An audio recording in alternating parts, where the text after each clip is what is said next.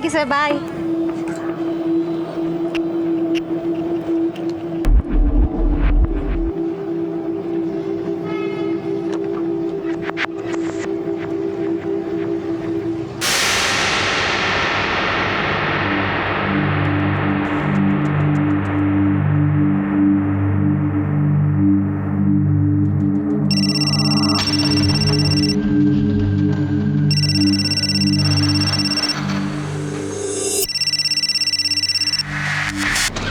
Hello, हाँ mummy.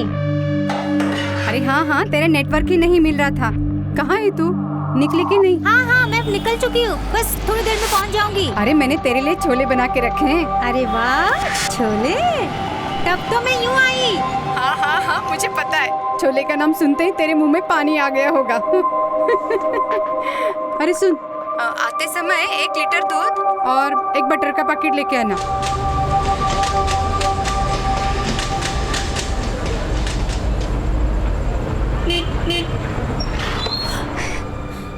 Neha Sharma. जी, आप कौन? क्या हुआ बेटा, कोई मिल गया है क्या? नेहा, क्या हुआ बेटा? नेहा।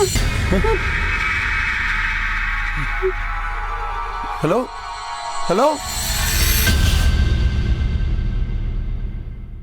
मुंबई निवासी नेहा शर्मा हमारे घर की ही बहू, बेटी, बहन की तरह एक आम सी लड़की थी, जिसकी जिंदगी घर से ऑफिस और ऑफिस से घर तक ही सीमित थी। लेकिन जिंदगी में खतरा किसी भी कोने पर घात लगाए बैठा हो सकता है, चाहे वो जिंदगी खास हो या फिर नेहा शर्मा जैसी आम। आखिर क्यों एक आम परिवार का एक आम दिन एक बुरे सपने में बदल गया? आखिर क्यों एक आम लड़की की जिंदगी का अंत इतना दर्दनाक हो गया? ये हत्या और हत्या के पीछे खड़े सवाल एक बड़ी साजिश की महज शुरुआत थे। इस केस को सॉल्व करना पुलिस के लिए एक बड़ी चुनौती बनने वाली थी।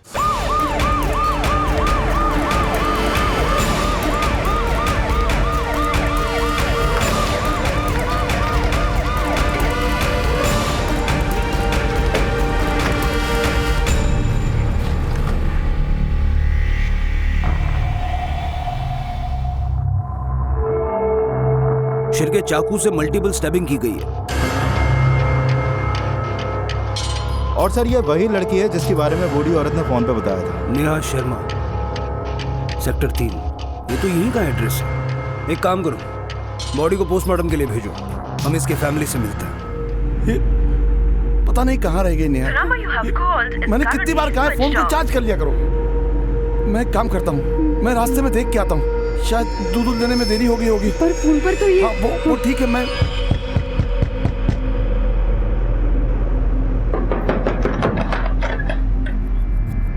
हाँ, ये नेहा शर्मा का घर है? जी हाँ, मैं मिली नेहा।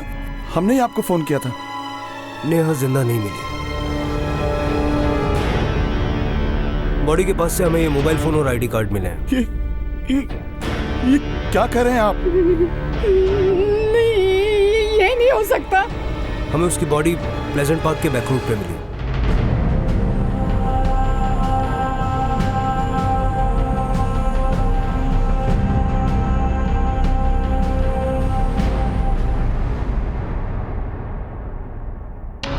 सर, ये रही पोस्टमार्टम रिपोर्ट। सर, खूनी ने नेहा को बहुत बेरहमी से मारा था और मरने से पहले नेहा ने बहुत स्ट्रगल भी किया था सर, और उसकी उंगली भी उसी के बाद काटी गई थी। एक बात तो साफ है शिरके, ये किलर कोई प्रोफेशनल नहीं है, वरना अपने विक्टिम को मारने में इतनी स्ट्रगल क्यों करते? सर, मरने के बाद नेहा की उंगली को काटना बड़ा अजीब सा। I mean, अगर कोई नेहा को लूटने के लिहाज से मारेगा तो उसके गले में पड़ी सोने की चेन को क्यों छोड़ जाता? और मरने के बाद उसी उंगली को काटा गया सर, जैसे उंगली में शादी या एंगेजमेंट की रिंग पहनी जाती है। तुम्हारा मतलब है कि मर्डर में लव अफेयर का एंगल है? यस सर, आई थिंक कि ये पर्सनल अटैक भी हो सकता है। नेहा के सास ससुर है, भेजो उनको अंदर। हर रोज की तरह वो बातें करते करते वापस आ रही थी और अचानक चिल्लाने की आवाज आने लगी। नेहा, क्या हुआ बेटा? नेहा के पति, I mean, आपका बेटा कहाँ? वो यहाँ वहाँ पड़ा रहता है वो साहब। अब ये भी बेल पे छूटा। बेल पे? क्यों? क्या किया उसने? इंसान की आदत और उसकी किस्मत। दोनों उसकी फितरत से जुड़ी होती और इसी में हमारा बेटा सबसे पीछे था। नेहा जब हमें मिली तो हमें लगा उसे शादी करके हमारा बेटा सुधर जाएगा। इतने दिन हो गए, काम छोड़ दिया क्या? अब क्या धूप में पसीना सुखाने के लिए जाऊं?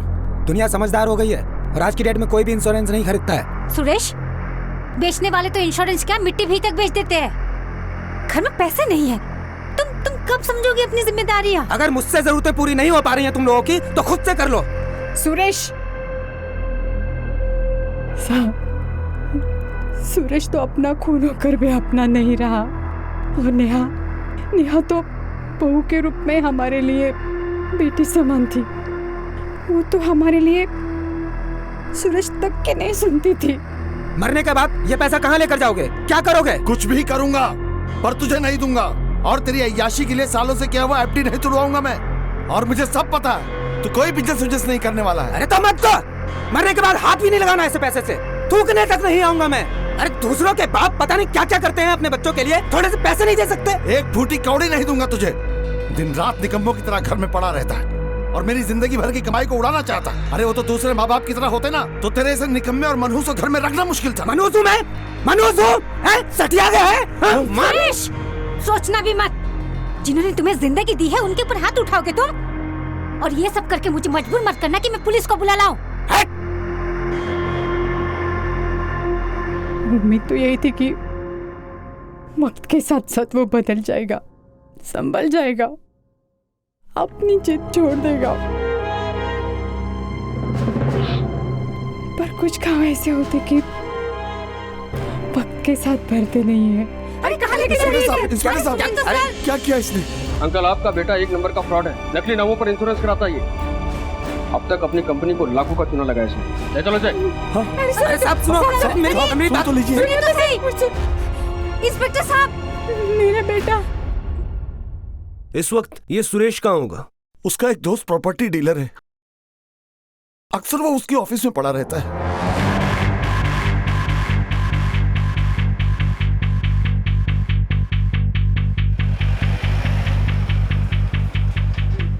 साहब मुझे लगता है बहुत बड़ी गलतफहमी हुई है। मैंने तो सारे गलत काम छोड़ दिए सब। सुरेश, तेरे सारे काले चिट्ठे हैं हमारे पास। चल मुद्दे पे आता। नेहा को क्यों मारा? मैंने नहीं हराया नेहा को साहब। अच्छा खासा बुढ़े बुढ़िया को वो संभाल रही थी और मैं उसको क्यों मारूंगा भला? तू उससे नफरत करता था इसलिए तूने उसे मारा। सुना तेरे बहुत झगड़े होते थे उसके साथ। अब अगर आपको मेरे पे भरोसा नहीं है तो आप विक्रम से पूछ ले जाकर। मैं उस दिन विक्रम के साथ उसके बेटे की बर्थडे पार्टी में था, पनवेल में। बेटा हम तो पनवेल जाएंगे ही, लेकिन अगर तू या तेरा phone out of coverage area हुआ ना फिर हम तुझे स्विच ऑफ कर देंगे, याद रखना। नेहा जहाँ काम करती है उस ऑफिस का पता चला? हाँ सर, ये पास ही में हाईवे जाने वाले रास्ते के बीच में। नेहा के बारे में सुनकर बहुत अजीब लग रहा है सर। बहुत स्वीट थी, हमेशा अपने काम पर ध्यान रखती थी। It's okay but it's not that nice. Ma'am ये सारे कलर ऑप्शंस हैं, आपको जो भी अच्छा लगे you can choose. Excuse me ma'am, may I help you? Yeah sure, just give me 1 second.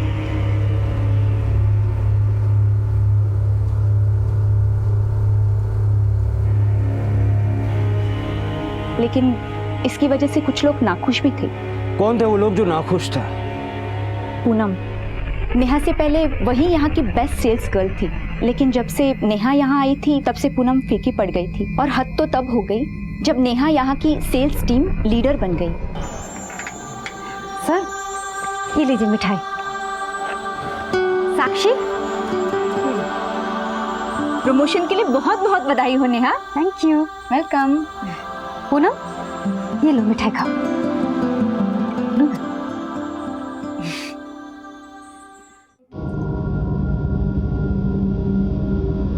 ये पूनम का? ऊपर है सर। पूनम, तुम्हारी बेस्ट फ्रेंड नेहा का मर्डर हुआ है। सुना तुम्हारी बहुत बनती थी उसके साथ। सर मैंने कहा ना कि मैंने कुछ नहीं किया है। मैंने कब कहा कि तुमने कुछ किया है? चलो मैं सीधे सीधे अपने सवाल पूछता हूँ, नेहा के साथ क्या प्रॉब्लम थी तुम्हारी? सर मैं यहाँ बहुत सालों से काम करती हूँ, बट इतनी मेहनत के बाद भी एक नई लड़की आई और 2 महीने में ही मेरी हेड हो गई। सर इस बात का मुझे बहुत बुरा लगा और इसी बात से मैं थोड़ी सी चिड़ी हुई थी। इस चिड़ का अंजाम ये हुआ कि नेहा अब इस दुनिया में नहीं है। नहीं नहीं सर, ऐसा कुछ नहीं है। मैंने कुछ नहीं किया है। जिस दिन नेहा के साथ ये सब कुछ हुआ मैं यही थी स्टोर में। मैंने पूरा दिन इन्वेंट्री किया न्यू स्टॉक का। सर, सुरेश के दोस्त विक्रांत से बात हुई।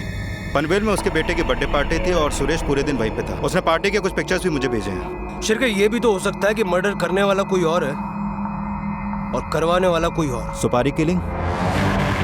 लेकिन सर, खून के तरीके को देखकर तो लगता है कि मर्डर करने वाला कोई नया हो। शिरके, कोई नया हो भी सकता है। वैसे भी कॉन्ट्रैक्ट किलर्स अपने शुरुआती कुछ कामों में कुछ न कुछ गलतियां तो करते ही हैं, इसीलिए हमें वहाँ उल्टियां भी मिली। सर, वैसे जेल में सुरेश की काफी क्रिमिनल से दोस्ती हुई थी और मैंने पता किया कि कोई वीरा नाम का कॉन्ट्रैक्ट किलर है जिससे उसकी काफी जमती थी। वीरा?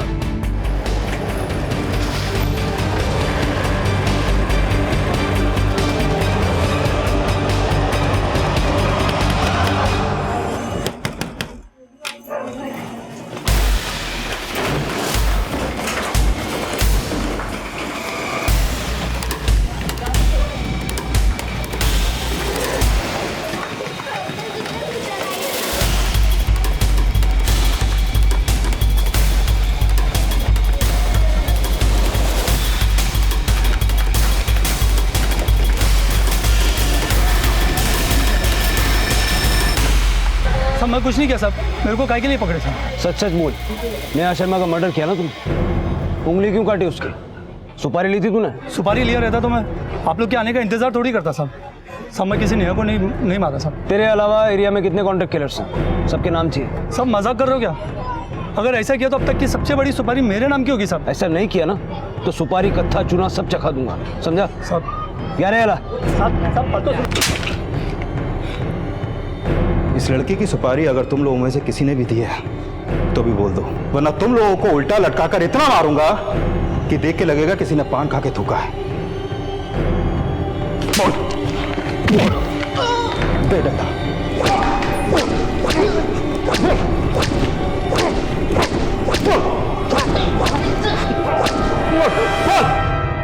सर, ये रास्ता भी डेड एंड पे निकला। इन लोगों की इतनी धुलाई की लेकिन किसी ने कुछ नहीं कबूला। शिरके, कॉन्ट्रैक्ट किलर्स मर्डर करने के बाद हवा की तरह गायब हो जाते हैं। और दूसरी बात ये कि ये जो मर्डर है इसका तरीका ये सजेस्ट करता है कि मर्डरर ने इससे पहले एक मच्छर भी नहीं मारा होगा।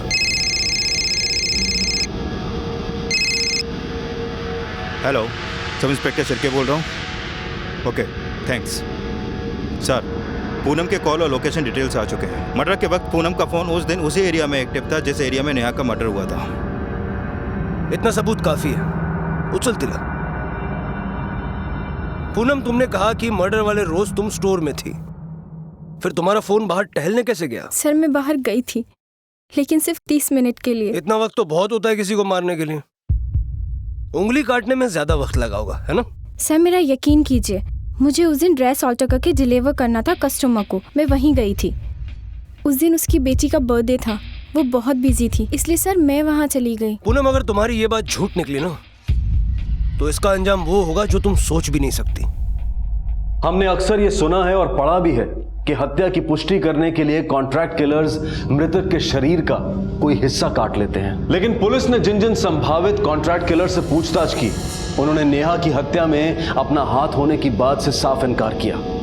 तो फिर कातिल ने नेहा की उंगली क्यों काटी? हत्या का कारण लूटपाट भी नहीं था, तो क्या यह कातिल की पुलिस को गुमराह करने की चाल थी? और इसी बीच कुछ ऐसा हुआ जो कि पुलिस की मुश्किलों को और बढ़ाने वाला था। पूनम और सुरेश दोनों के पास नेहा को मारने का मोटिव है, लेकिन मुझे सुरेश का मोटिव ज्यादा स्ट्रांग नजर आता है। सर, एक मिनट। क्या? ठीक है, हम जल्दी पहुंचते हैं।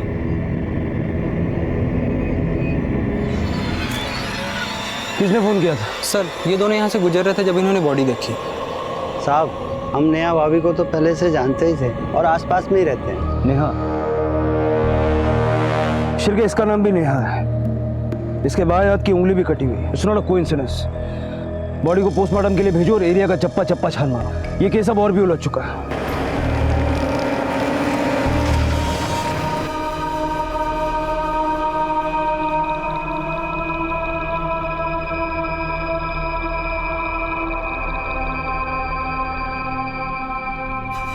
ऐसा कैसे हो सकता है सर?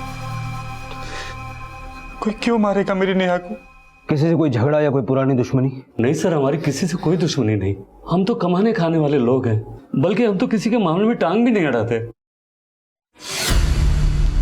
नेहा हर रोज उस पार्क में जाया करती थी। रात के वक्त खाना खाने के बाद उसे टहलना अच्छा लगता था। देखिए, ऐसे केसेस में अक्सर मारने वाले को विक्टिम का डेली रूटीन अच्छे से पता होता है, और डेली रूटीन को इतने गौर से देखने वाले या तो नजदीकी होते हैं या आसपास वाले। अगर आपको किसी पे भी कोई शक है तो हमें बेहिचक बताइए।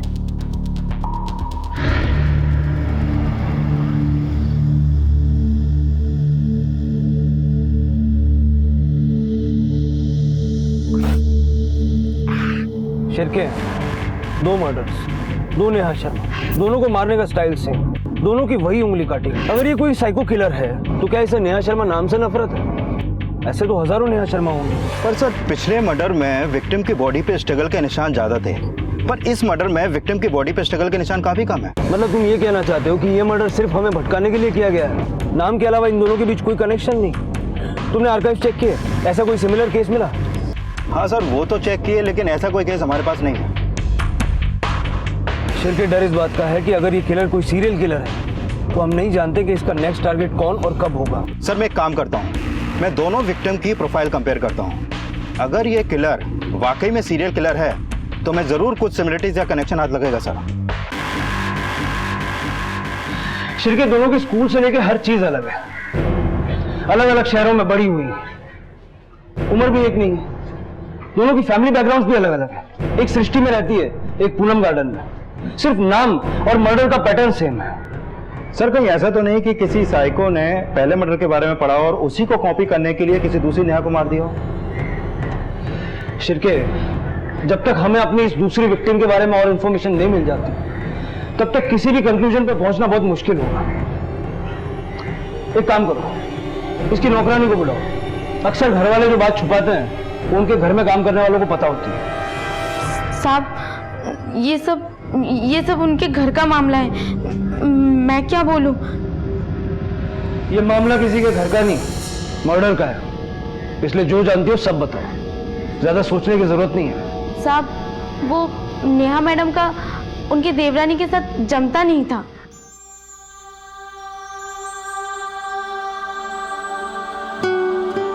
अरे भाभी, इतने समोसे मत खाओ वरना तो मोटी हो जाओगी।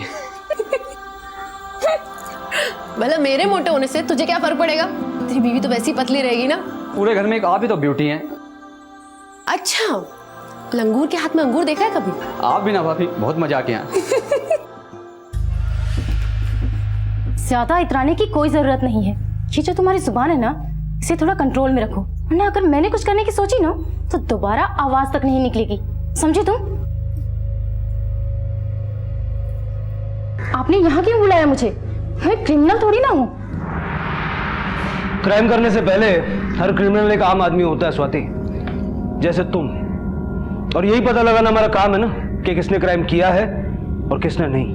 वैसे नेहा के मरने का ज्यादा दुख नहीं हुआ होगा तुम्हें? सुना है 36 का आंकड़ा था उसके साथ। इसकी वजह भी वही थी, उसे अपने काम से मतलब होता ही नहीं था। सामने कुछ और बोलती थी, पीठ पीछे करती कुछ और ही थी। आप मेरे जेठ जी से बात कीजिए ना, वो बताएंगे आपको सब। वैसे नेहा के बारे में बहुत सारी बातें वो नहीं जानते। नेहा बहुत सारी बातें उनसे छुपाती थी, बोलती थी कि मंदिर जा रही हूँ, और जाती कहीं और ही थी वो। ना ना नहीं सर, ऐसा कुछ भी नहीं है। स्वाति को ज़रूर कुछ गलत फहमी हुई है सर। नेहा मुझसे बहुत प्यार करती थी, वो मुझसे कभी कुछ नहीं छुपाती थी। इनफैक्ट हम दोनों एक दूसरे से बहुत प्यार करते थे सर।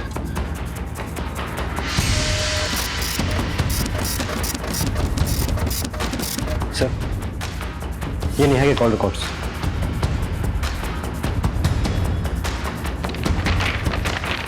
सर, नेहा के रेगुलर लोकेशन डिटेल्स के मुताबिक वो शांतिनगर जाया करती थी। शांतिनगर? Yes sir. यहाँ तो पहले वाली नेहा काम करती थी। सर, इनके नाम और मर्डर पैटर्न के अलावा रूट भी सेम है। शायद ये वही क्लू है शिरके जो अब तक हम ढूंढ रहे थे।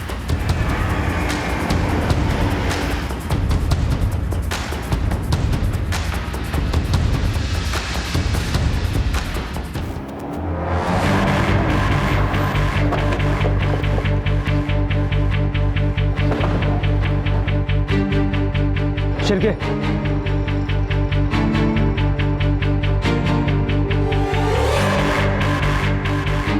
सर नेहा यहाँ पर आती थी, बेकिंग क्लास में सीखने आती थी यहाँ पर। क्लास का टाइम क्या था? दोपहर 3 से 5। इसी वक्त तो पहली नेहा स्टोर से अपने घर जाती थी। शिरके, इस दूसरी नेहा ने ये बेकिंग क्लास वाली बात अपने फैमिली से छुपाई क्यों होगी?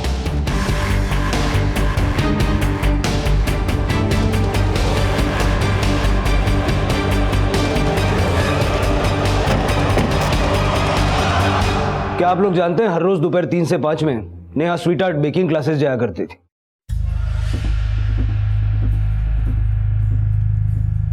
मुझे मीठा खाना बहुत पसंद है। मेरा बर्थडे आने वाला है।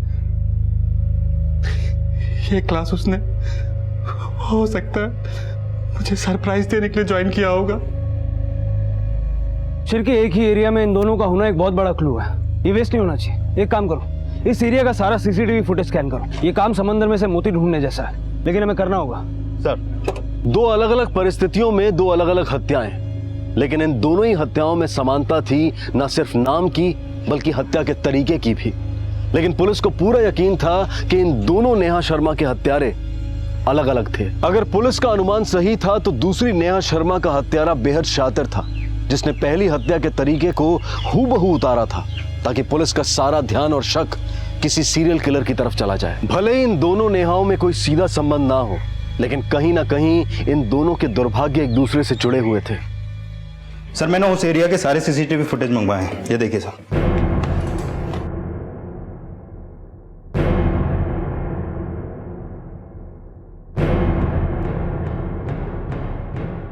ये देखिए सर। शिरके, इस एरिया के सारे गैरेजेस में पूछताछ करो। ये दूसरी नेहा अपनी स्कूटी रिपेयर करवाने कहीं ना कहीं तो गई होगी। जी सर।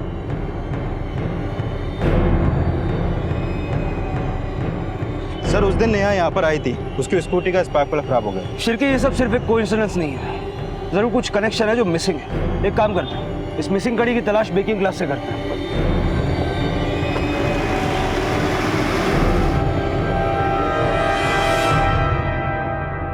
नेहा की किसी से कोई दुश्मनी या कोई ऐसा था जिससे उसकी बनती नहीं थी? नेहा बहुत ही अच्छी लड़की थी, थोड़ी मैसी थी। आई थिंक तो वो कभी बना ही नहीं पाई परफेक्टली, मगर किसी भी स्टूडेंट के साथ उसे कोई प्रॉब्लम नहीं थी। लेकिन हाँ, हमारा एक स्टूडेंट है सैम, थोड़ा स्ट्रेंज है। स्ट्रेंज मतलब? उसका नेहा से क्या लेना देना? जी, वो अक्सर नेहा के बगल की सीट पर ही बैठता था और सिर्फ नेहा से ही बात करता था। एक दिन नेहा के बगल में कोई और स्टूडेंट आकर खड़ा हो गया, उसने उसे हटा दिया वहाँ से। और जब से नेहा की मौत के बारे में पता चला है, वो क्लास में नहीं आया है और ना ही हमने उसे देखा है। रहता कहाँ है सर? मनोरी में सर।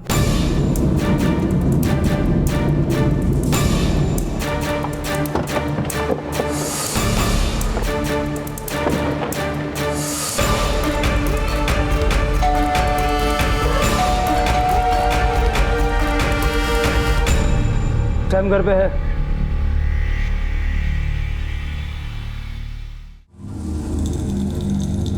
मैं तो जानता था कि आप आएंगे, बट इतनी जल्दी आएंगे ये पता नहीं था, वरना मैं केक थोड़ा जल्दी बना लेता। सैम, तुम्हारी बेस्ट फ्रेंड नेहा को किसी ने मार दिया है।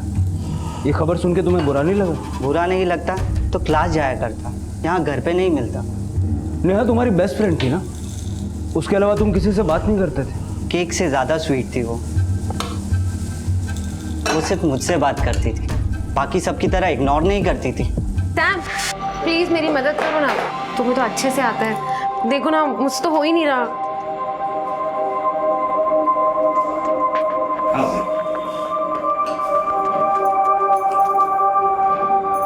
You're too good.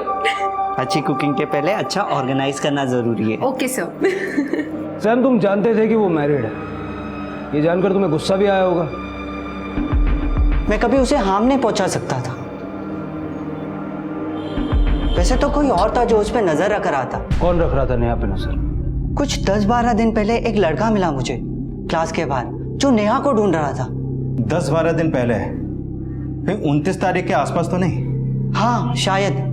सर, 29 तारीख को ही पहले नेहा का मर्डर हुआ था। सैम, और क्या जानते हो उस लड़के के बारे में? बस मैं क्लास के अंदर जा रहा था और वो बाहर खड़ा था, और इतने में ही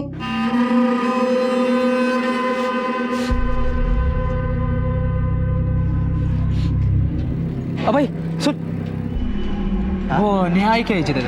हाँ आई होगी। तुम कौन?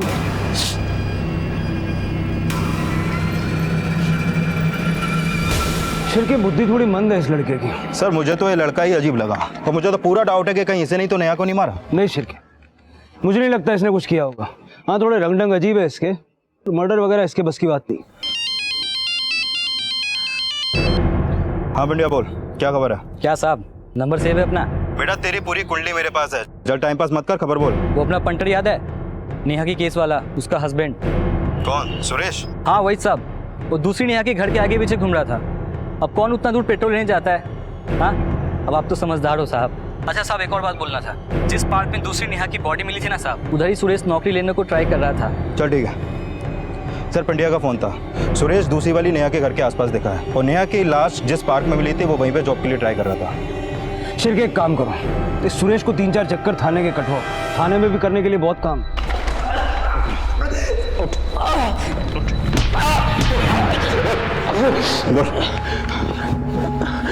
मैं सच बोल रहा हूँ साहब, मैंने कुछ नहीं किया, माँ की कसम खा के कहता हूँ। पार्क में क्यों गया था? पार्क में नौकरी मांगने के लिए गया था। ज्यादा घुमा मत, वरना इतना मारूंगा कि नौकरी क्या पानी भी नहीं मांग पाएगा। मैं सच बोल रहा हूँ साहब, मैं उस दिन बहुत जगह नौकरी मांगने के लिए गया था, जेल जा चुका हूँ तो मुझे कोई नौकरी देने को तैयार नहीं है, तो सोचा पहुँच भी नहीं कर लूँ। आपको भरोसा नहीं है तो आप जहाँ जहाँ मैं गया था वहाँ जाकर पूछताछ कर सकते हैं।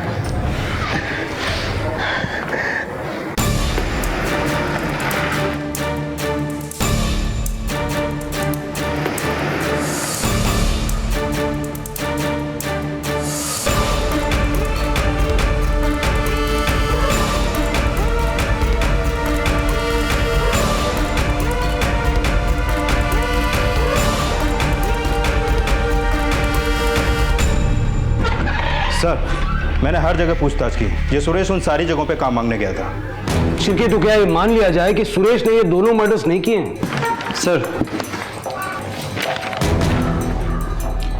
सर ये वो स्केच है जो सैम ने हमारे स्केच आर्टिस्ट से बनवाया था। कुंडली निकालो इस लड़के की।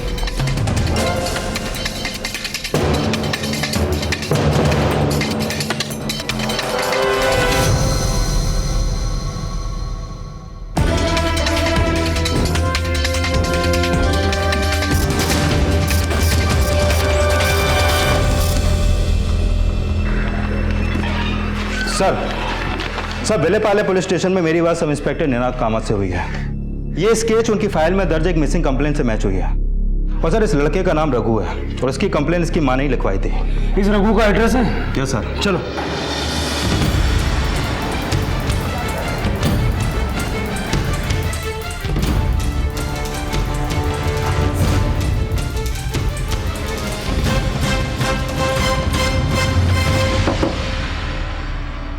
सब रघु का कुछ पता चला? मैंने तो सब जगह पे ढूंढा लेकिन कहीं नहीं मिला वो। आपका बेटा करता क्या था? कुछ काम नहीं करता था, दिन भर दोस्तों के साथ अय्याशी करता था। किती समजावलं त्याला पण वो मेरी कहाँ सुनता था, बहुत नशा करता था। सर आसपास में मैंने पता किया, इस रघु के लक्षण तो ठीक नहीं लगते। ड्रग्स वगैरह तो करता ही है और साथ ही जिंदगी में हमेशा फेल ही हुआ है। पढ़ाई से लेकर क्रिकेट तक कहीं भी कुछ बड़ा नहीं किया इसने। शिरके कोई इतना यंग लड़का क्यों हायर करेगा, वो भी ऐसा जो कोई काम ठीक से नहीं करता? क्या पता सर, हो सकता है किसी ने पैसों और ड्रग्स का लालच दिया हो। यंग था, रास्ते से भटका हुआ है, तो इसे बहकावे में लाना आसान ही होगा। एक काम करते हैं, ड्रग्स के सारे अड्डे छान मारते हैं।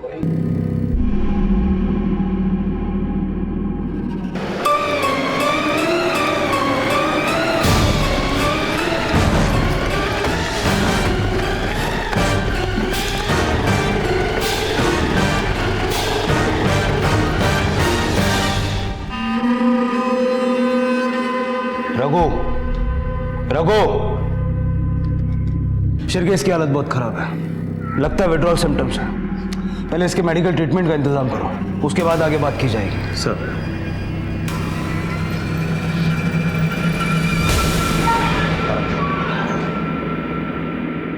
कैसी तबीयत है रघु? ठीक हूँ। इन दोनों को जानते हो? इसे तुमने मारा और इसको भी तुमने मारा? नहीं साहब, इसे मैंने नहीं मारा। फिर इसे किसने मारा?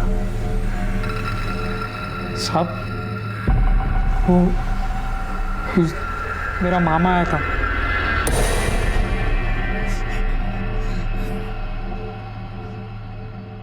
रघु, क्या बात है रघु?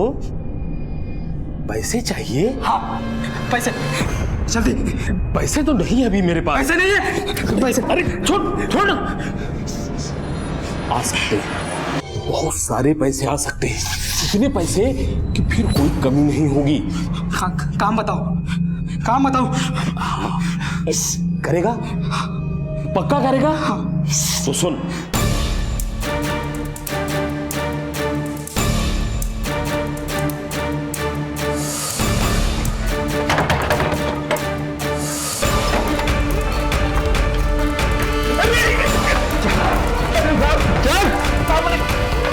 अंदर डाल इसको। मैं तो टैक्सी ड्राइवर हूँ साहब, पिछले 4 साल से सेठ की गाड़ी नहीं चला रहा। तेरी पूरी कहानी सुनने में मुझे कोई इंटरेस्ट नहीं है, सीधा क्लाइमैक्स पे आ। चल नाम बता। साहब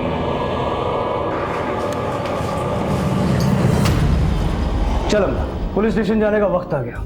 जो खेल तूने शुरू किया था ना, वो अब खत्म हो चुका है। चल।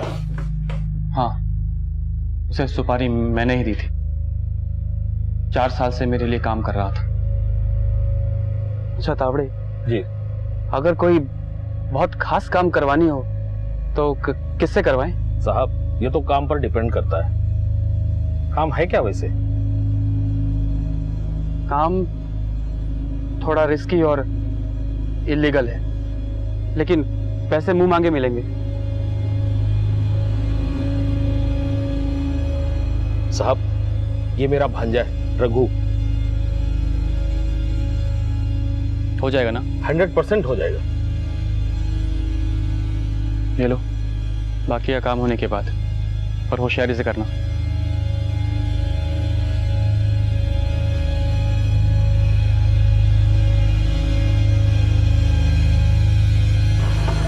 देखो वही लड़की है, अच्छे से देख लो इसको और कुछ भी गड़बड़ मत करना, समझे?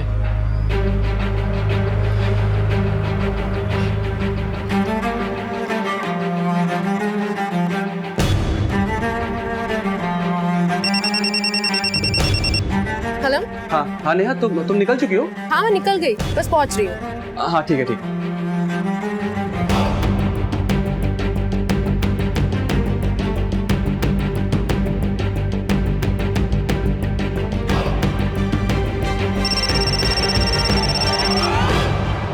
हेलो रघु, हाँ सुन, वो निकल चुकी है। कोई गड़बड़ नहीं होनी चाहिए, समझा? अब सुन, मैं सीधा 1 हफ्ते के बाद उससे मिलूंगा बाकी के पैसों के साथ। मैंने बहुत बड़ी गलती की जो उस लड़के पर भरोसा किया। जिस इंसान को अपने खुद के चलने का होश नहीं हो, वो इतना बड़ा काम कैसे कर सकता था? और फिर सब गड़बड़ हो गया। तूने रघु को शांति नगर के बाद वाले सिग्नल पे वेट करने के लिए बोला था, पर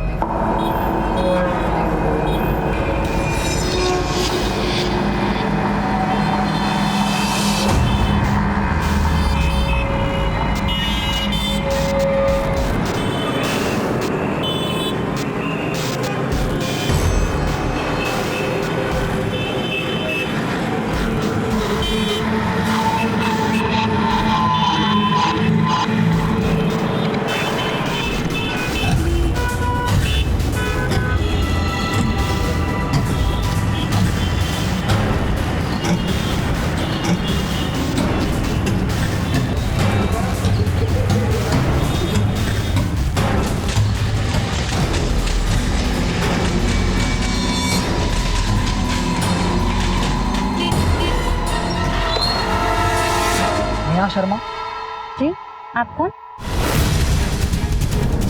उंगली का काटना काम होने का एक सबूत था जो रघु तेरे लिए लाया। पहला मर्डर तो तूने रघु से करवाया, लेकिन दूसरे मर्डर के लिए तो किसी कॉन्ट्रैक्ट किलर को सुपारी दी होगी ना तूने। चल नाम बता।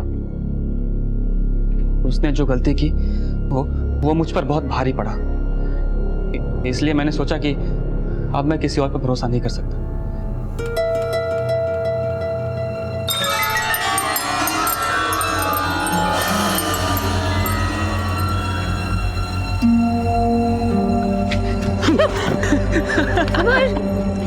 होश आके है, क्यों बच्चों जैसी हरकतें कर रहे हो? अरे तो आओ ना, बड़ों की तरह करते हैं। अमर, आओ तो, अरे अरे कहाँ लेके जा रहे हो अमर? आओ तो देखो तो कितनी अच्छी जगह है, देखो ना। हाँ हाँ हाँ, आओ आओ ना मेरे पास। अमर, अब तक हमारी ये तो समझ में आ गया कि तूने ये सब किया कैसे, लेकिन एक बात तूने अब तक नहीं बताई। क्यों? क्या बिगाड़ा था उसने तेरा? बिगाड़ा? पूरी पूरी पूरी जिंदगी खराब कर दी उसने मेरी। मजाक बना दिया सबके सामने। मतलब? मैं हकलाता हूँ, कभी कभी हो जाता है हकलाना। मैं क्या करूँ इसमें? आप लोगों के सामने भी हकलाया था, लेकिन मैंने अपने ऊपर कंट्रोल किया। अरे पहले तो मैं इतना हकलाता था कि मैं कभी किसी से बात नहीं कर पाता ठीक से, लेकिन जब से नेहा जिंदगी में आई थी मैंने पूरी कोशिश की कि मेरा यह हकलाना ठीक हो जाए। मैं जोर जोर से अखबार पढ़ता था, गाने गाता था रात भर चुप चुप कर, ताकि मेरी ये आदत ठीक हो जाए, हकलाना बंद हो जाए। लेकिन सब बर्बाद कर दिया उसने, सिर्फ एक हंसी के कारण सब बर्बाद कर दिया उसने।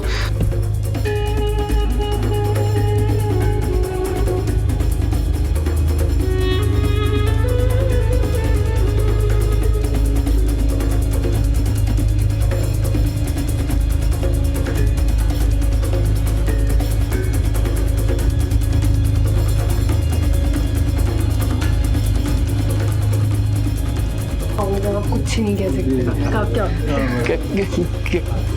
कैसे हैं आप? बस ठीक है।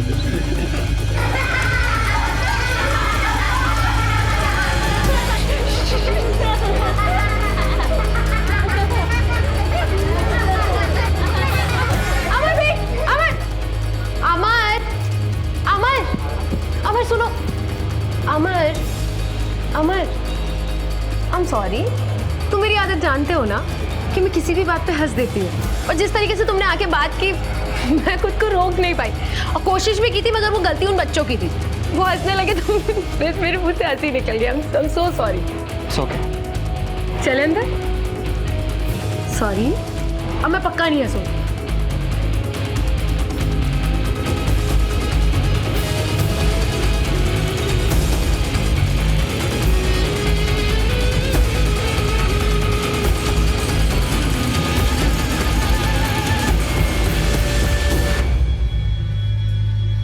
इतनी खूबसूरत थी वो, हमेशा खुश रहती थी, हमेशा हंसते रहती थी, लेकिन उस दिन के बाद से उसकी हंसी मुझे चुभने लगी थी। तो इतनी सी वजह के लिए तूने अपनी बीवी को मार डाला? तेरी वजह से आज 2 लोग इस दुनिया में नहीं है, और वो 17 साल का लड़का मर्डरर बन चुका है।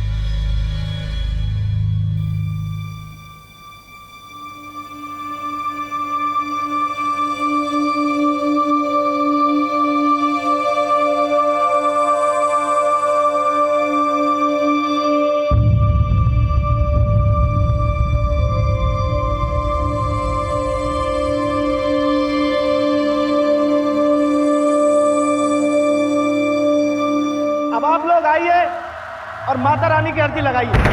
माता रानी की, माता रानी की। हमको भी हमारा हिस्सा चाहिए। मत बोल, मूर्ति हमको मिला था। आइडिया तो हमारा था ना। मूर्ति में से भूत बदबू आती थी। सर, इस मूर्ति में से किसी औरत के बाहर निकल रहे हैं। किसी औरत को मार के उसकी मूर्ति बना। इसके छज्जे पे मिला, बिल्कुल वैसे ही है जैसे उस मूर्ति पे था। बोल, और किसको मारने की प्लानिंग कर रहा था? बोल।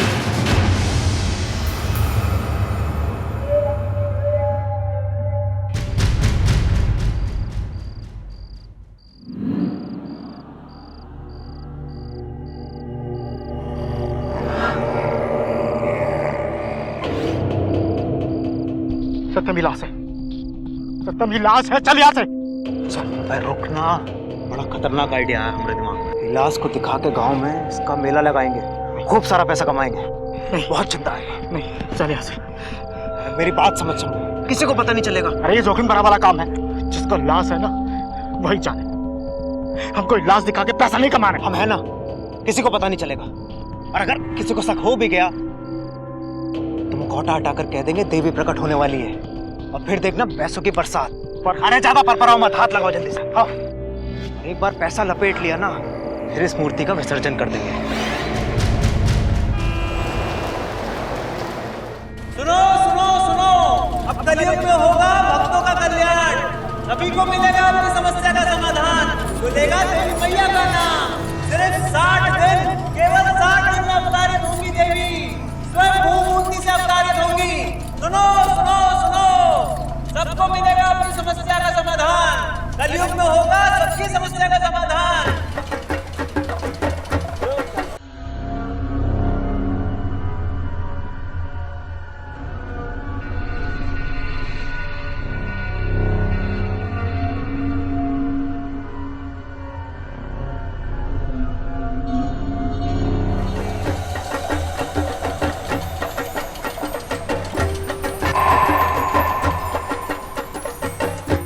बोलो देवी मैया की, देवी मैया की।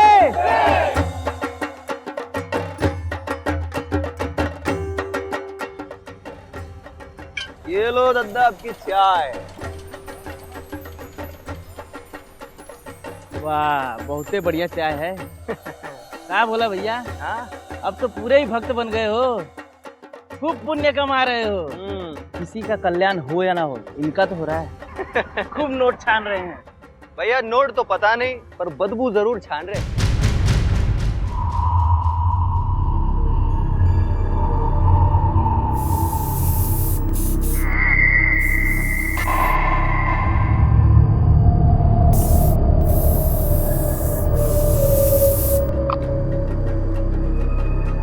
भाइयों, कल रात को माता रानी हमको दर्शन दिए हैं और एक ठो बात बोले हैं कि माता रानी आपकी निष्ठा और भक्ति से बहुत प्रसन्न है, और साथ ही साथ आप लोगों के दुखों को देखते हुए बहुत दुखी भी है।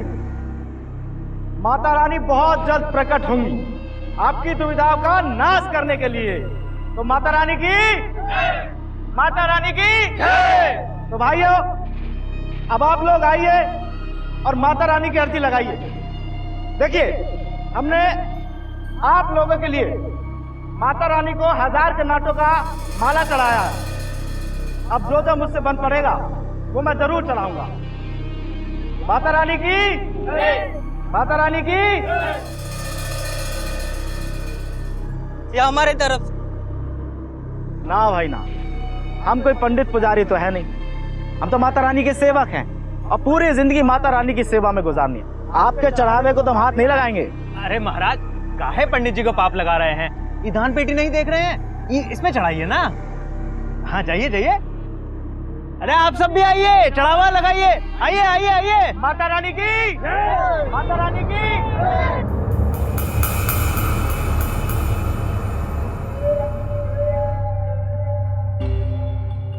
जब कोई विश्वास की दुकान खोलकर बाजार लगाता है, उसका विज्ञापन करने के लिए गलियों में उतर आता है, तो यकीन मानिए कि वो विश्वास का सौदा कर रहा होता है, अंधविश्वास को बेच रहा होता है। अंधविश्वास के ऐसे व्यापार में ना तो कोई श्रद्धा होती है और ना ही कोई भक्ति, बस होता है तो सिर्फ पैसा। इसके पीछे मंशा सिर्फ एक ही होती है, झूठ की चाशनी को शहद बनाकर दिखाना और उसमें सीधे साधे लोगों को मक्खियों की तरह फंसाना।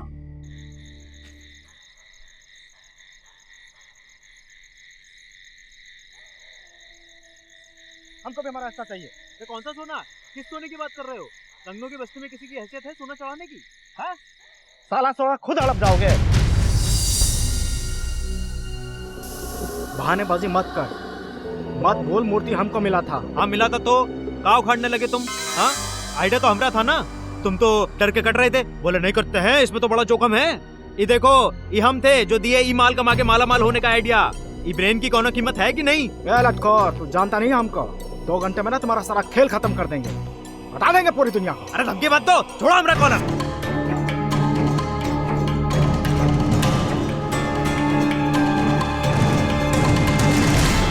हेलो दरोगा बाबू,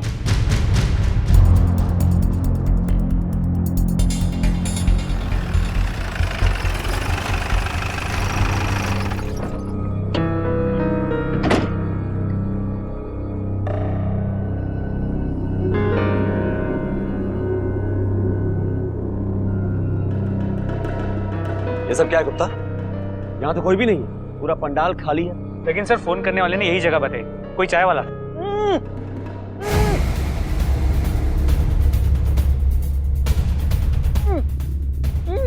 बोलो इसे। साले ससुरा मिलिएगा हमका, फिर बता देते हैं। मालिक, हम बोला, हम ही ने आपको फोन किया था। तुम्हारा ये हाल किसने किया? वो सत्यम और शंभू ने, उन दोनों ने हमको यहाँ फोन करते हुए सुन लिया और मूर्ति लेके भाग गए। मूर्ति लेके भाग गए? पर क्यों? वो तो पता नहीं, लेकिन मालिक मूर्ति में से बहुत बदबू आती थी, शायद इसी वजह से लेके भागे होंगे। मूर्ति में से बदबू आती थी? हाँ। गुप्ता, इन दोनों को ढूंढो, और हाँ, इस मूर्ति को भी। सर।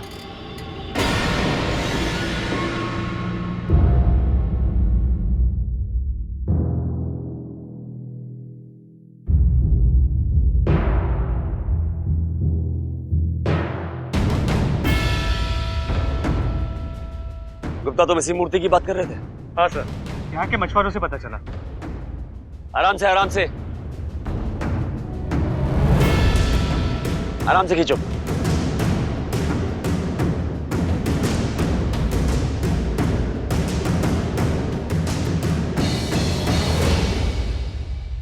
सर, इस मूर्ति में से किसी औरत के बाल निकल रहे हैं।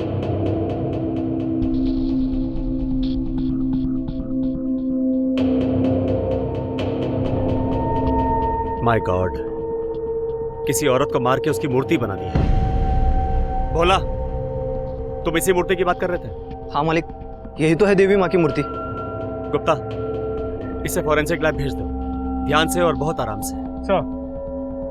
और हाँ, अब तक आप लोग देवी समझ के जिसकी पूजा कर रहे थे, देवी मैया के, वो देवी भी नहीं है, लाश है, डेड बॉडी। अब जरा सोच के बताइए कि पिछले कुछ दिनों में, पिछले हफ्ते में इस गांव से या इस गांव के आसपास के इलाके से कोई औरत लापता हुई है? अच्छा, इस गांव में और गांव के आसपास के एरिया में मूर्ति कौन बनाता है, यह भी नहीं मालूम? अच्छा भोला, ये सत्यम और शंभू मेला लगाने के अलावा और क्या काम करते हैं? मालिक, ये शंभू तो फेरी वाला है, बच्चों का फ्रॉक सब बेचने का काम करता है, और ये सत्यम ब्लॉक में सरकारी कागज बनाने का दलाली करता है। गुप्ता, एक काम करो, जिस भी गांव वाले के फोन में सत्यम, शंभू या मूर्ति की फोटो मिले, उसे एविडेंस के तौर पे कलेक्ट कर लो। सर। कोई सोच भी नहीं सकता था कि कभी किसी देवी की मूर्ति के अंदर लाश मिल सकती है। इस खबर ने लोगों के विश्वास की बुनियाद हिला दी थी, लेकिन कोई ऐसा क्यों करेगा?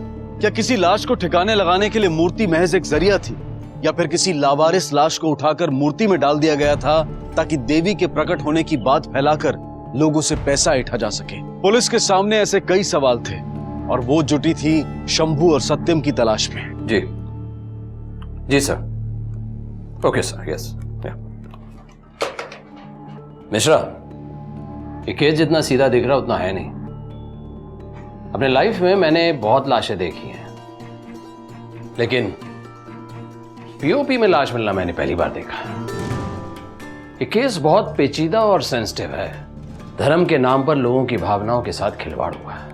इससे पहले लोगों का गुस्सा बढ़ के हमें उन्हें पकड़ना होगा। Yes sir. मिश्रा, मुझे तुम्हारी एफिशिएंसी पर पूरा भरोसा है। पूरी ताकत लगा दो कि मुजरिम जल्द से जल्द पकड़े जाए। सर, आप बिल्कुल चिंता न करें, दिन रात एक कर देंगे हम।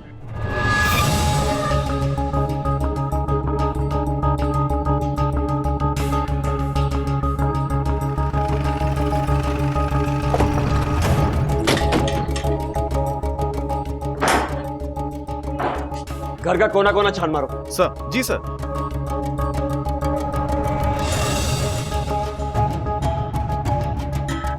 कुछ मिला? नहीं सर। चलो। सर, अंदर बिस्तर, बर्तन और कपड़ों के अलावा कुछ खास मिला नहीं। चलो। सर।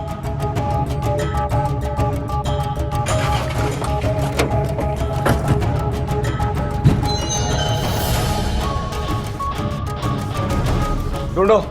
सर।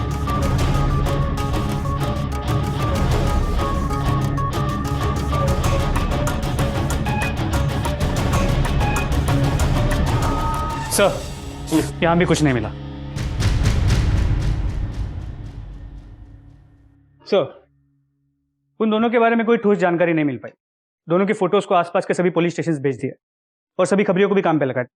पिछले 2 या 3 महीने में किसी औरत की मिसिंग कंप्लेंट है कि ये भी चेक करने के लिए कहा है। गुड। देखो गुप्ता, इस केस में कोई भी गलती नहीं होनी चाहिए।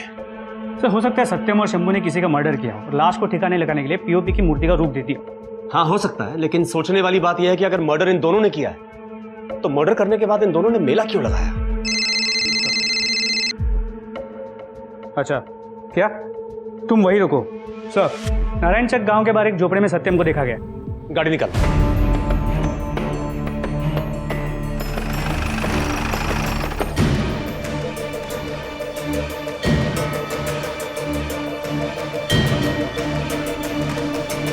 तू यहां बाहर नजर रख। चलो।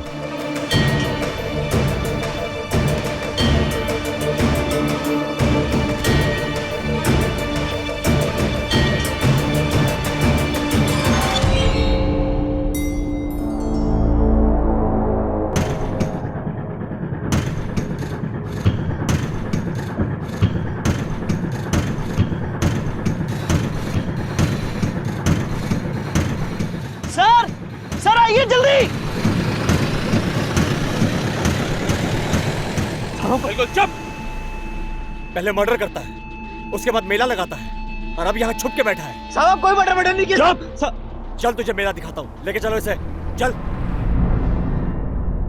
साहब आपको नहीं पता शंभू कहाँ पर है? हमने कोई मर्डर नहीं किया है। आपको तो ये भी नहीं पता था कि वो लाश कहाँ से आई और वो लाश मूर्ति में कैसे पहुंची। तुझे कुछ नहीं मालूम, अभी सब याद आ जाएगा। बोल शंभू कहाँ है? मैं बताता हूँ साहब वो मूर्ति शंभू को मिली थी साहब, आपको कुछ नहीं पता। शंभू के गांव का पता और उसका फोन नंबर दोनों बता जल्दी। साहब शंभू बढ़ियापुर गांव का है साहब। फोन नंबर क्या उसका? नंबर क्या उसका?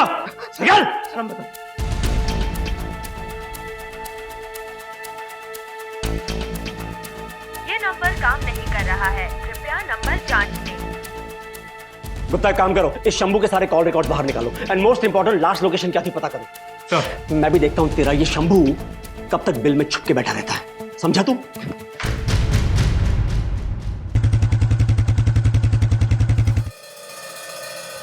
सर फोन के नेटवर्क डिटेल से पता चला है कि शंभू यहाँ से भागकर पास के गांव गया, जहाँ उसने अपना फोन स्विच ऑफ कर दिया। फिर उसके 1 घंटे बाद बेहतर स्टेशन के पास उसका फोन फिर से एक्टिव हो गया। यानी कि ट्रेन पकड़ के भाग गया। गुप्ता एक काम करो, सबसे पहले ट्रेन की टाइमिंग पता करो और उसके बाद शंभू के गांव और घर के बाहर 2 कांस्टेबल तैनात कर दो। देखता हूं भाग के कहां जाता है।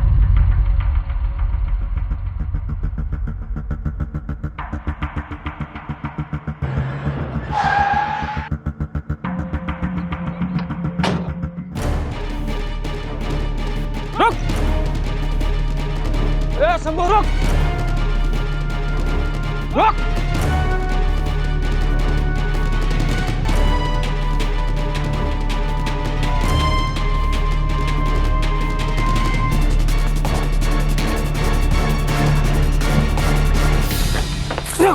इधर हमें भगाएगा?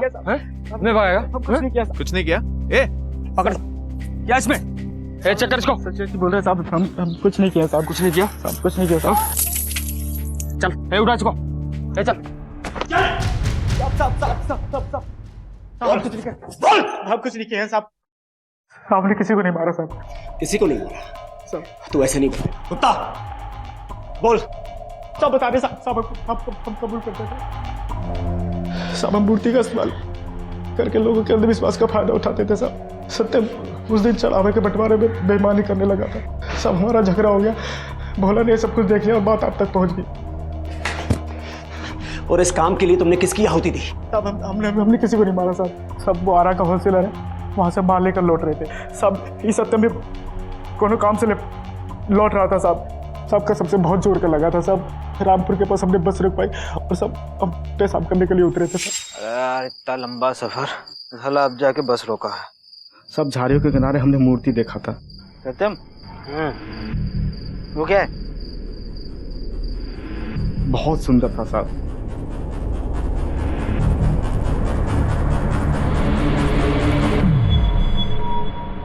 सत्यम लाश है।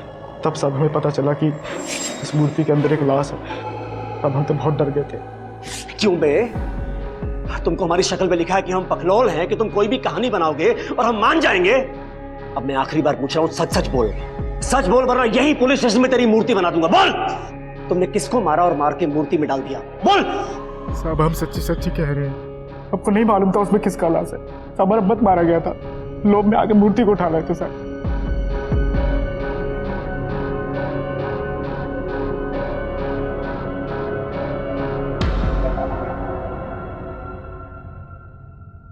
सर, कोई लीड? अब तक तो नहीं सर। हमने सत्यम और शंभू से काफी पूछताछ की, लेकिन अब तक कोई खास इन्फॉर्मेशन हाथ नहीं लगी है सर। अगर लाश रामनगर के उस तालाब के पास मिली है तो वो लड़की आसपास के किसी गांव में ही रहती होगी। एक काम करो मिश्रा सर, आसपास के पुलिस स्टेशन में चेक करो कि किसी लेडी की मिसिंग रिपोर्ट आई है क्या। अपने खबरियों को एक्टिवेट करो, एक एक गांव को छान मारो। Sure sir. अगर सत्यम और शंभू सच कह रहे थे तो इसमें हैरानी की कोई बात नहीं थी, क्योंकि आस्था का ऐसा व्यापार सबसे आसान होता है। इसमें इन्वेस्टमेंट जीरो, मेहनत जीरो और रिटर्न्स बहुत हाई होते हैं। इस व्यापार में लोग आकर प्रणाम करते हैं और पैसा देकर चले जाते हैं, और उन पैसों के बदले में उन्हें कुछ देने की भी जरूरत नहीं होती।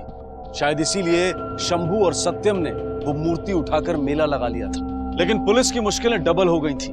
उन्हें पता नहीं चल रहा था कि ये लाश किसकी। उनके पास ना तो आइडेंटिफिकेशन का कोई जरिया था और ना ही आगे की कोई लीड। डॉक्टर साहब, क्या पता चला? प्लीज बैठिए बैठिए। जी, मूर्ति से बॉडी किसी औरत की मिली। बॉडी कितनी पुरानी? 2 से 3 हफ्ते पहले मारा गया। और मौत का कारण? उसके सर पे किसी हैवी चीज से वार किया गया है, या फिर उसके सर को बार बार दीवार पे या जमीन पे मारा गया है। उसकी बॉडी से ये सोने की बाली मिली।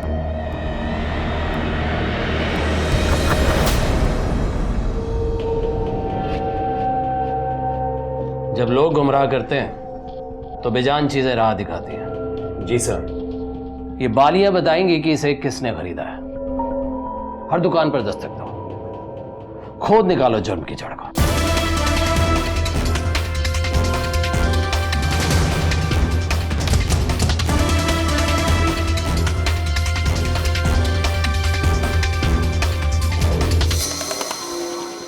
हाँ सर, ये बाली हमारे यहाँ की है। खरीदी किसने थी? कोई रिकॉर्ड है तुम्हारे पास? जरूर होगा सर, 1 मिनट दीजिए।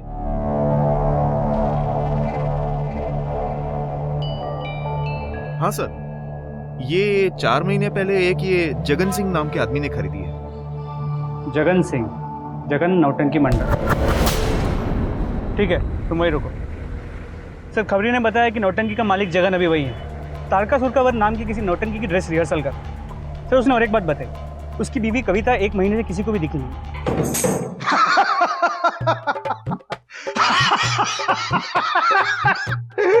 तारकासुर हूं मैं, तारकासुर हूं। हमें छोड़ दीजिए। तेरा बात तो निश्चित है। पीछे देख, पुलिस। अब तो तेरा बात एकदम निश्चित है। बस बस हो गया तुम्हारा। हम भी यहाँ पे एक असुर को ही ताड़ने आए। जगन कौन है? मैं हूं साहब। आओ, जरा तुमसे पूछताछ करनी है। आओ।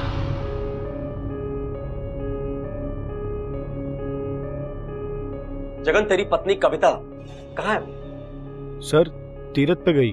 हम यहाँ तेरी नौटंकी सुनने नहीं आए हैं, सच सुनने आए हैं। तुझे क्या लगा कि तू अपनी ही पत्नी का मर्डर करके हमको नौटंकी दिखाता रहेगा और हमें पता ही नहीं चलेगा? क्या कह रहे हैं सर? कविता का खून? नाटक मत कर। हमने नहीं मारा सर। सर, हमें तो पता ही नहीं उसका कत्ल हो गया। तेरी पत्नी इतने दिनों से गायब है और तूने अब तक उसकी मिसिंग कंप्लेंट ही नहीं लिखवाई। सर, वो मुझको बोल के गई थी तीरथ पर जा रही है। सर, किसी ने बोल दिया कि फोन फट जाता है, तो उसने कभी डर के हमारे फोन को हाथ भी नहीं लगाया, कांटेक्ट भी नहीं कर पाए। आप बताइए सर, मेरी क्या गलती है? मुझे कैसे पता होगा कहाँ है, किस हाल में? अच्छा, 15 से 20 मार्च के बीच तू कहाँ था? सर, मैं बनारस में था, मौसी के यहाँ पे। उनकी तबीयत बहुत खराब थी। मौसी के पास बनारस में? नंबर निकाल। गुप्ता, देखो बात करके। नंबर लगा। ये नंबर काम नहीं कर रहा है, कृपया नंबर जांच ले। नहीं लग रहा सर। तेरे घर में तेरे किन दोस्तों का आना जाना है? तेरी पत्नी का किसके साथ उठना बैठना, मिलना जुलना था? मुझे उन सभी लोगों के नाम और नंबर चाहिए। कुछ औरतें आती थी और मनोज और रितेश आते थे। मनोज और रितेश कौन है? सर, मंडली के लड़के। जगन के घर तुम्हारा इतना आना जाना क्यों था? मालिक, जगन दोस्त है हमारा, तो दोस्ती खातिर चाय चूय पीने को जाना आना होता था बस। और ये कविता, ये कैसी औरत थी? साहब बहुत नेक दिल औरत थी, और हमारी तो बहन जैसी थी। बहन? जी सर, कविता हमारी एकदम बहन की तरह थी। अच्छा एक तो बात बताओ कि जगन के थिएटर में तुम क्या करते हो? सर हम उसका बैक स्टेज का सारा काम देखते हैं। Backstage? जी। मतलब कि प्रॉपर्टी हुई, मूर्ति हुई, मुखौटा हुआ, ये सब संभालते हो ना? जी सर, और मुखौटा और मूर्ति का काम जगन खुदे देखते हैं। अच्छा तुम लोग तो कलाकार आदमी हो, तो पेंटिंग उंटिंग तो आराम से बना लेते होगे। मेरा मतलब है कि मूर्ति हुआ, मुखौटा, ये सब बनाना तो तुम लोग के बाएं हाथ का खेल होगा। नहीं सर, हम इतना बड़ा कलाकार थोड़े ना है। अच्छा मर्डर उर्डर तो आराम से कर ही लेते होगे। सर पता नहीं आप क्या जानना चाहते हैं, लेकिन कविता बहन के मौत के साथ हमारा कोनो ताल्लुकात नहीं है। ठीक है जाओ।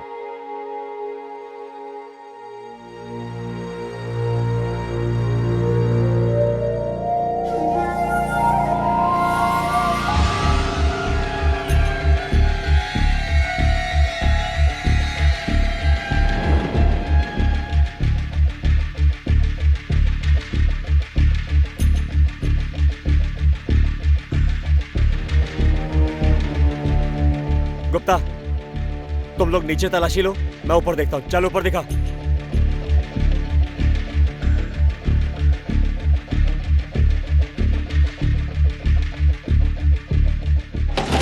क्या बे, तेरी बीवी का परमानेंटली जाने का प्रोग्राम था क्या? तेरे घर में तेरी बीवी का एक भी कपड़ा नहीं है। सर कुछ दिन पहले सर पेस्ट कंट्रोल करवाया था, सारे कपड़ों में बदबू थी, इसीलिए धोबी को दे दिया। तेरा पूरा खेल मेरी समझ में आ रहा है। तेरी बीवी इतने दिनों से गायब है और तूने उसकी मिसिंग कंप्लेंट नहीं लिखवाई। तुम्हारे घर में तुम्हारी बीवी का एक भी कपड़ा नहीं है और तुम कहते हो कि धोबी के पास है। अब अगर मैं धोबी के पास जाऊंगा तो वो मुझे किसी के भी कपड़े दिखा के बोल देगा कि तुम्हारी बीवी के कपड़े हैं, है ना? अबे मर्डर की प्लानिंग बहुत अच्छी की तूने, एकदम तुम्हारी नौटंकी की कहानी की तरह। लेकिन तू एक बात भूल गया जगन, अगर तेरी नौटंकी की कहानी में मुझ जैसा एक कैरेक्टर होता ना तो तू ऐसा गुनाह कभी नहीं कर पाता।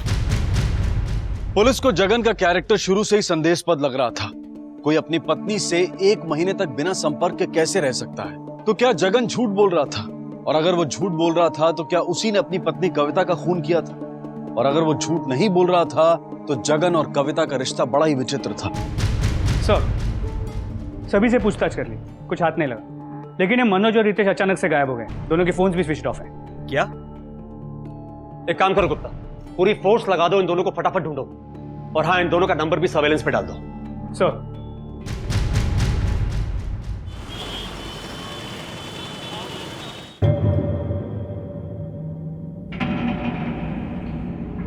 सर अभी अभी पता चला कि मनोज का फोन फिर से एक्टिव हो गया, लेकिन सिम किसी और के नाम पे। कहां पे हुआ है? करवा में। गुप्ता काम करो, करवा पुलिस को हमारे आने की खबर दे दो, और हाँ उनसे कहना कि हमसे कोऑर्डिनेट जरूर करते रहे। सर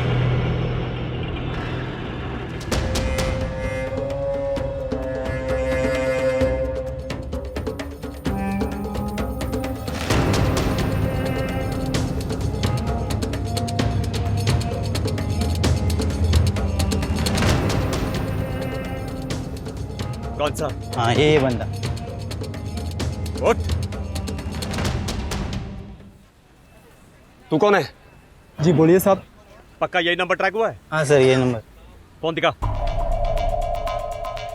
ये फोन कहाँ से मिला तुझे? जी साहब यहीं के पास के दुकान से सेकंड हैंड में खरीदा है। चल बता कौन सी दुकान से लिया? चल लेके चलो इसे। सर ये एक आदमी बेच के गया था। इस तस्वीर को देखो, क्या ऐसे आदमी ने बेचा था? हाँ सर यही था। कुछ अंदाजा है कि ये आदमी इस समय कहाँ मिलेगा? सर उसका तो नहीं पता। तुमको उसके बारे में कोई भी खबर मिलती है सीधा मेरे को फोन कर। जा। जी सर। क्या अपडेट है मिश्रा? सर मनोज का फोन ट्रैक तो कर लिया है, लेकिन मनोज ने फोन किसी और को बेच दिया सर। मिश्रा आजकल फोन की लत ऐसी है कि दिल धड़कना बंद हो जाए लेकिन फोन बजना बंद नहीं होता। अगर उसने पुराना फोन बेचा है तो जाहिर है नया मोबाइल और सिम कार्ड भी खरीदा होगा। पैसे तो थे उसके पास, क्योंकि उसने कविता की लाश से गहने नहीं निकाले थे। ऐसा करो 50-60 किलोमीटर के आसपास जितने भी गांव हैं जहां मोबाइल और सिम कार्ड की शॉप है वहां से सिम कार्ड के नए एप्लीकेशन फॉर्म कलेक्ट करो और एक एक फॉर्म को चेक करो।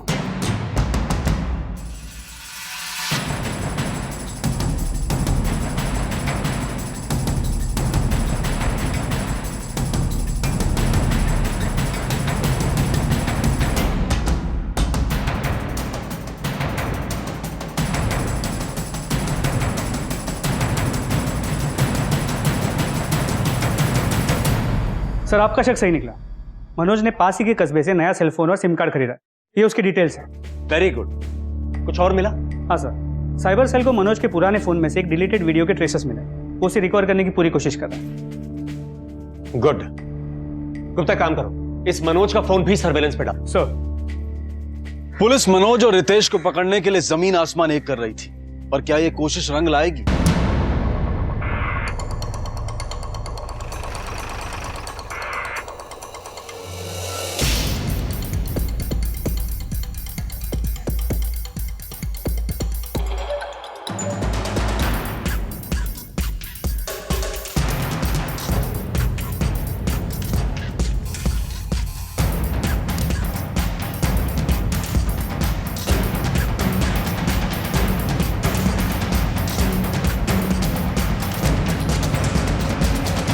कहाँ भाग रहा है बे?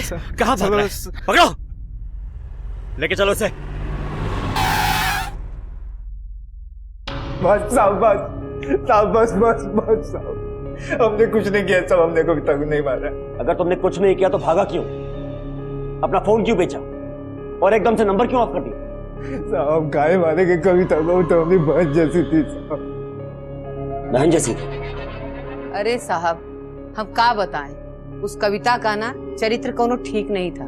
बहुत सारे चक्कर थे उसके, और ये बात उसके पति को भी पता था, पर उसने कभी कुछ नहीं कहा। क्या कविता के गैर मर्दों के साथ संबंध थे? और क्या ये बात जगन को पता थी और उसी ने कविता का खून कर दिया? पुलिस पुख्ता सबूत ढूंढ रही थी।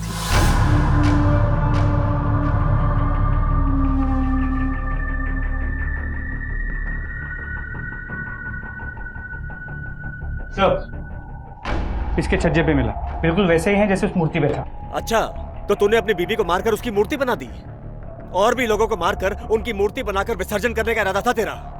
नहीं सर। बोल बोल, और किसको मारने की प्लानिंग कर रहा था? बोल। सर मैं सच बोल रहा हूँ सर, ऐसे मास्क और भी खरीदे मैंने। तुझे क्या लगता है हम क्या जुबरी तलैया से हैं जो हमें बेवकूफ बना रहा है? बोल। मैं सच कह रहा हूँ सर, और भी 2 मास्क रिहर्सल हॉल में रखे हैं सर। रिहर्सल हॉल में रखे हैं? चल दिखा, चल। अरे देखना यार, उस वाले में देख जाके, तो देख नीचे, देख नीचे वाले।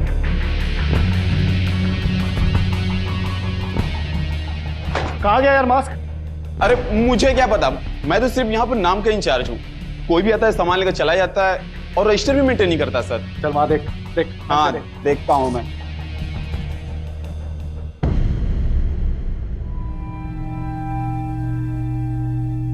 सर एक मास्क मिला है, एक नहीं मिल रहा सर।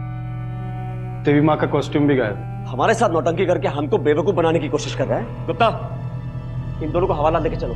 चलो। हमने कुछ नहीं किया सर। अरे यूपी हिले, बलिया हिले, पटना हिलेला। भैया कुछ खाए कोई का? जाओ कुछ खाए के। बहुत गर्मी है भाई।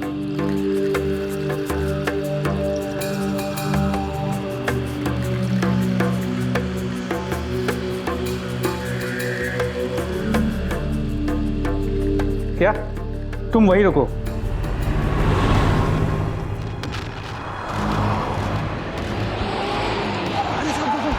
ये रहा।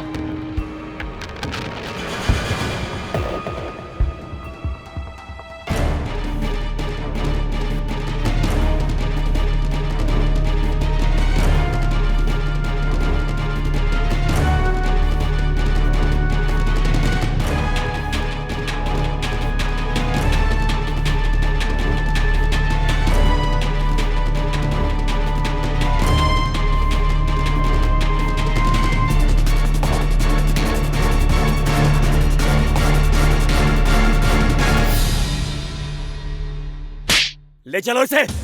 सर हम कुछ नहीं किए सर। मैं आखिरी बार पूछ रहा हूँ, सच बोल दे। अरे सर हम कुछ नहीं किए हैं। कुछ नहीं किया, अभी बताएगा तू।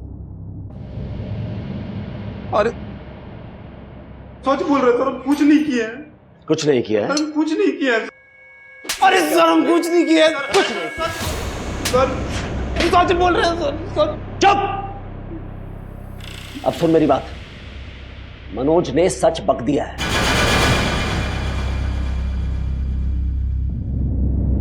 अब ये कुछ नहीं किया बंद कर और सच बोल। बोल! सच बोल रहे सर, हम कुछ नहीं किया है। क्या मनोज और रितेश ही कविता के असली कातिल हैं? या कविता का पति जगन है उसका असली हत्यारा? पुलिस को जगन पर शक तो था, लेकिन वो पुख्ता सबूत ढूंढ रही थी। और तभी हेलो, हाँ बोलो। अच्छा ठीक है, ओके सर।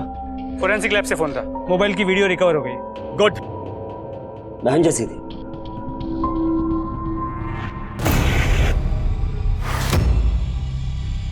सर, ये वीडियो तुम्हारे फोन में कहां से आया? बोल! हम कोई कत्ल नहीं किए सब, हम बस रितेश के साथ दिए थे साहब। रितेश का साथ दिया था? क्या साथ दिया? क्या साथ दिया रितेश का तुमने?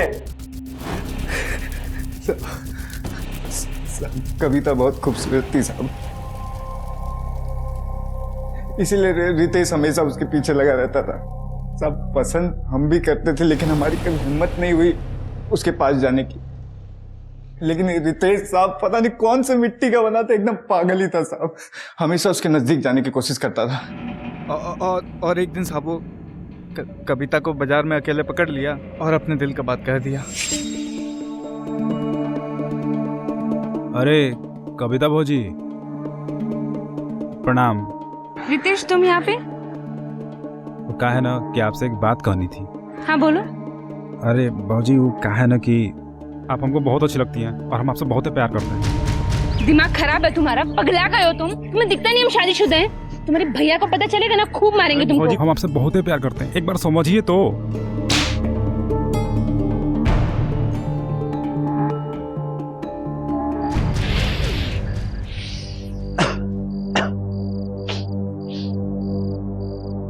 खाली ये कविता अपने आप को समझती का है, सबके सामने हमको थप्पड़ मारी है ना, छोड़ेंगे नहीं ससुरी को। अरे दूर रहे मर्दे, अरे काहे इतना सोच रहे हो, जाने दो ना।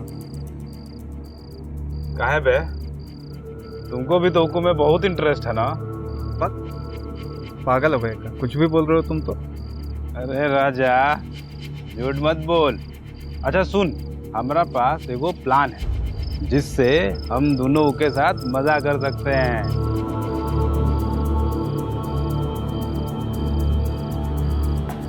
ऐ, तुम्हारा ना दिमाग खराब हो गया। देखो भाई, हमको तो कोनो लफड़ा में नहीं पड़ना। अरे कोनो लफड़ा नहीं होगा, तो हमारा बात सुन।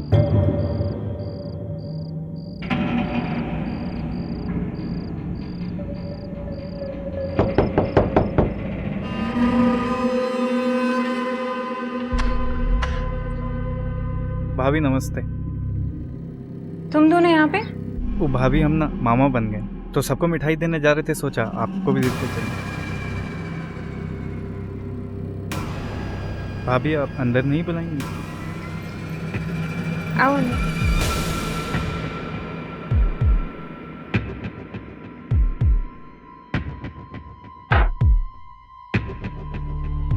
भाभी आज हम बहुते खुश, लीजिए पेड़ा खाइए।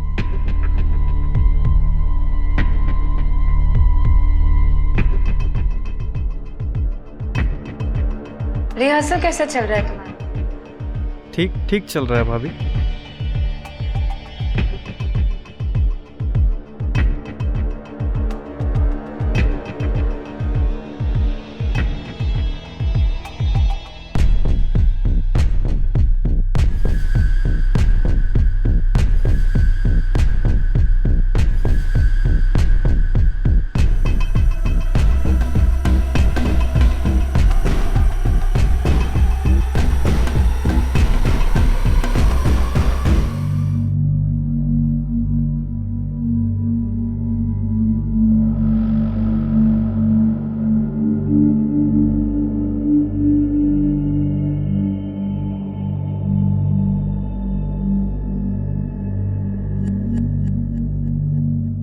शुरू में तो बहुत ही चुप थी, फिर बाद में उल्टा हमी को धमकाने लगी। हम डर गए थे सर। फिर एक दिन जगन आऊ का मंडली वाले लोग भोपाल जा रहे थे परफॉर्मेंस देने के लिए, फिर हम बीमारी का बहाना लेके वही रुक गए। फिर बाद में हम कविता के लैंडलाइन पे फोन करके उनको रिहर्सल हॉल में बुलाए, फुटेज देने के बहाने। बाद में पता चला कि वो कहीं तीर्थ यात्रा पे जा रही थी। उसके बावजूद वो हमसे मिलने आई।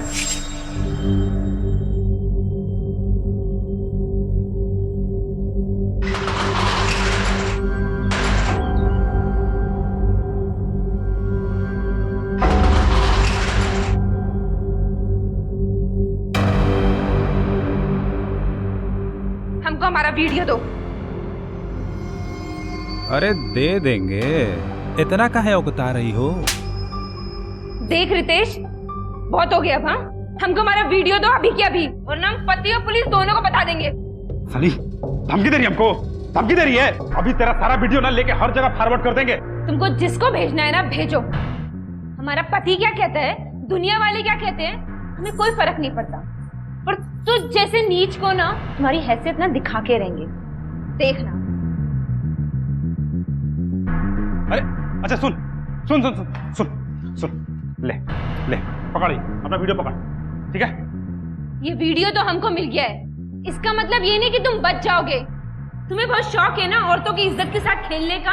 अब तुम्हें हम ऐसी सजा दिलवाएंगे ना कि किसी को मुंह दिखाने के लायक नहीं रहोगे तुम। रुक,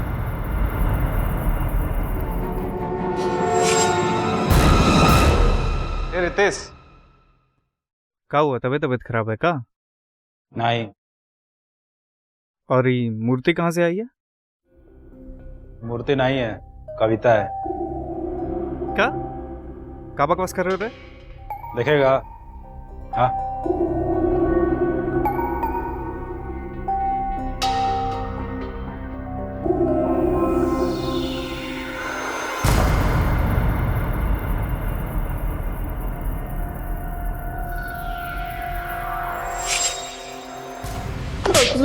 सर माफ करिए सर। दोस्त बोलता है अपने आप को, शर्म आनी चाहिए तुझे। सबसे पहले अपने दोस्त की पत्नी की इज्जत पे हाथ डालता है, बाद में उसी की जान ले लेता है, और जान लेने के बाद उसकी मूर्ति बना के उसे सड़ने के लिए फेंक देता है। तो जैसे घटिया और घिनौने आदमी को जितनी सजा दी जाए वो कम है।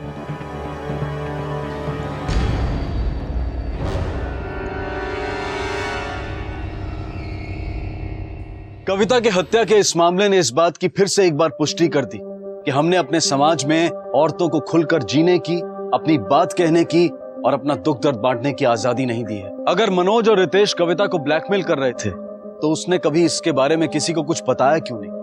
पहले ही दिन से इसके खिलाफ आवाज क्यों नहीं उठाई? इसमें दोष सिर्फ कविता का नहीं, हमारी मानसिकता का है, हमारे नजरिए का है, जो ऐसे किसी भी अपराध का शिकार बनने के बाद औरतों को एक अलग तरीके से नीची नजर से देखता है। क्यों ऐसे अपराध में बदनामी होती है औरतों की? अगर कोई आपका सामान लूट लेता है या आप किसी हिंसा का शिकार होते हैं तब तो आपकी बदनामी नहीं होती। तो फिर ऐसे अपराध में औरतों की बदनामी क्यों? बदनामी का ये डर ही ऐसे हैवानों को ऐसे घिनौने अपराध करने का अवसर देता है। ये बेहद जरूरी है कि हम अपने आसपास के लोगों की मानसिकता, उनका नजरिया, उनकी सोच बदलने की कोशिश करें। इसी विचार के साथ मैं अनूप सोनी अब आपसे विदा लेता हूँ। फिर मुलाकात होगी अगले एपिसोड में और खुलासा करेंगे एक और जुर्म का। तब तक अपना और अपने परिवार का ख्याल रखें और देखते रहें क्राइम पेट्रोल डायल 100। सबक एक को सीख हम सबको। जय हिंद। क्राइम पेट्रोल के और भी दिलचस्प कहानी देखने के लिए हमारे चैनल को सब्सक्राइब करें और बेल आइकॉन दबाना न भूलें।